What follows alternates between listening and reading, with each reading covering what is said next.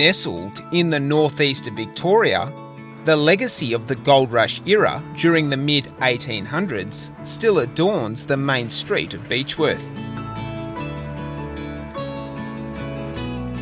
These early colonial beginnings were marked by prospectors who rushed here in search of alluvial wealth. And it's this boom time from the subsequent Gold Rush years that made it the epicentre for the region. Although today, Beechworth is most notably a tourist town, which is more famous for the legacy of one bushranger who was synonymous with Australian folklore. And it's the Beechworth Jail that houses the stories from this bygone era. The old Beechworth Jail was constructed between 1857 and 1864. It's been home to some of Australia's most notorious criminals, including Ned Kelly. Not only Ned, but the rest of his gang were also in here at different stages.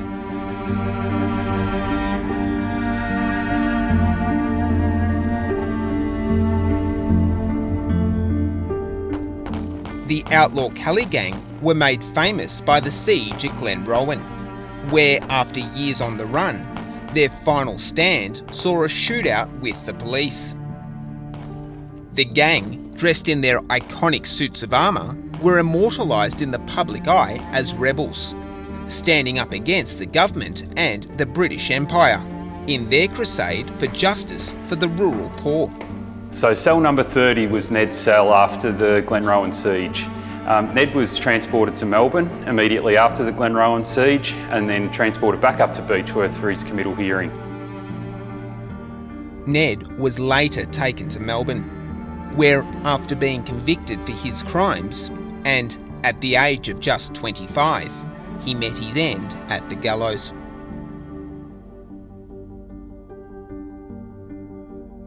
For all of this iconic Australian history, this regional Victorian township is now pioneering its very own energy future, with the aim of giving the power back to the people. And it's Bobby who is helping lead the charge with solar power. There's a huge buzz surrounding this installation at the Beechworth Jail. It was the first community-owned solar system locally, so it was a real success in that we were able to work with Heritage Victoria and have the outcome that everybody desired.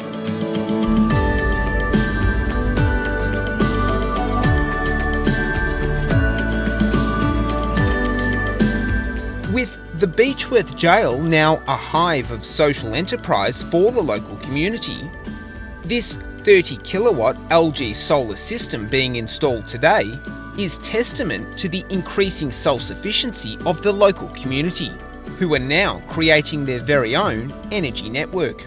The installation came about here through the relationship of our local community energy retailer called Indigo Power, which is locally owned, and all that money that normally leaves our area through people's electricity bills will actually start to stay local and be reinvested locally as well. So it's quite exciting.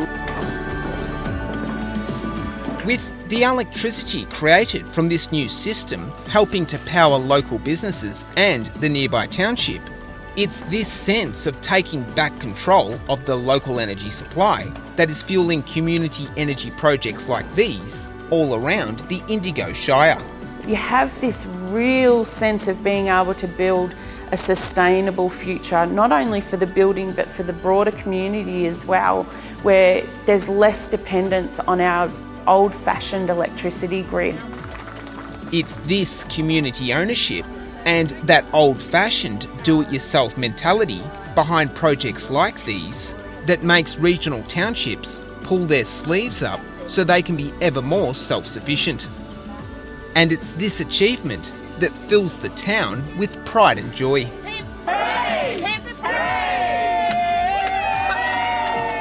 We were pretty excited to turn the system on here because of our deep connection to the community and our passion for renewables and our passion about bringing the future and the history together. We were super excited about turning this system on.